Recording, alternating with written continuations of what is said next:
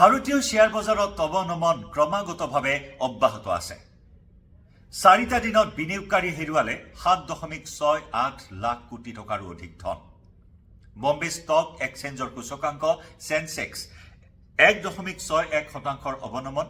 পইণ্টৰ হিচাপত যদি চোৱা হয় 1272.01 পইণ্টৰ অৱনমন ঘটিছে। আৰু একেদৰে বম্বে ষ্টক এক্সচেঞ্জৰ তালিকাভুক্ত কোম্পানীয়ে 4,17,573.97 কোটি টকাৰ লোকচানৰ সন্মুখীন হ'বলগীয়া হৈছে।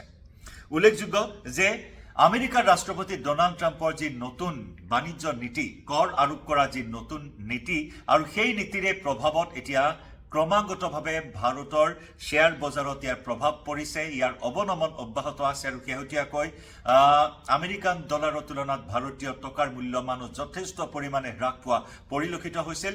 উল্লেখযোগ্য যে ডোনাল্ড ট্ৰাম্পে আমেৰিকালৈ আমদানি হোৱা সকলো ষ্টীল আৰু লগতে এলুমিনিয়ামত কৰ আৰোপ ঘোষণা কৰিছিল। আৰু ইয়াৰ প্ৰভাৱ সমগ্ৰ বিশ্বৰ অৰ্থনীতিত পৰাৰ সমান্তৰালকৈ ভাৰততো অব্যাহত আছে ইয়াৰ প্ৰভাৱ, আৰু যাৰ বাবে ক্ৰমাগতভাৱে ভাৰতীয় শ্বেয়াৰ বজাৰৰ অৱনমন অব্যাহত